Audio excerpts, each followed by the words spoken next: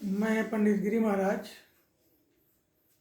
आज जो है सो हमको बहुत सारे लोगों का फ़ोन आता है कि हमारे शादी को 5 साल हो गया, 7 साल हो गया, 8 साल हो गया, 10 साल हो गया, किंतु शादी के बाद मुझे आज तक कोई संतान नहीं हुई है।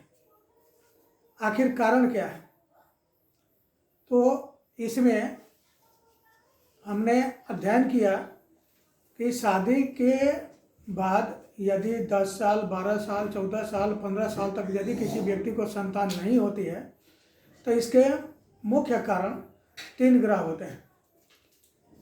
एक तो इसमें चंद्रमा का रोल होता है, दूसरा मंगल होता है और तीसरा केतु होता है। अगर ये तीनों ग्रह चंद्र, मंगल और केतु एक साथ में होते हैं तो वैसे व्यक्ति को संतान होने में विलंब होती है। यह विलंब, मान लीजिए किसी का शादी अगर 20 साल की अवस्था में हो गया तो वह जैसो इंतजार उसको बहुत लंबा करना पड़ता है। 25 साल के अवस्था में हो जाए या 30 साल की अवस्था में हो जाए या 35 साल की अवस्था में हो जाए, इंतजार की घड़ियां बहुत लंबी होती हैं। इसका मुख्य कारण होता है कि ये तीनों ग्रह जब आपस में संबंध बनाकर कहीं पर भी अगर बैठे रहते हैं, या तो संतान के घर में हो या लग्न में हो या सप्तम भाव में हो, वैसे स्थिति में उनको जैसो संतान होने में विलंब होती ही है।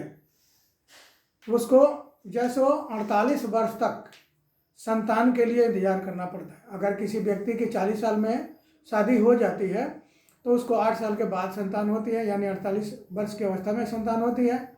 अगर किसी व्यक्ति को 20 साल में शादी हो गई है तो 28 साल के बाद यह जैसो सौभाग्य आता है और उसको संतान सुख का जैसो प्राप्ति होती है।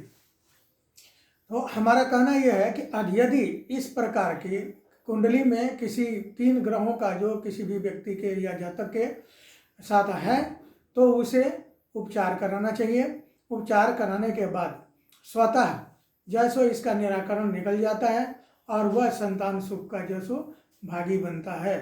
धन्यवाद।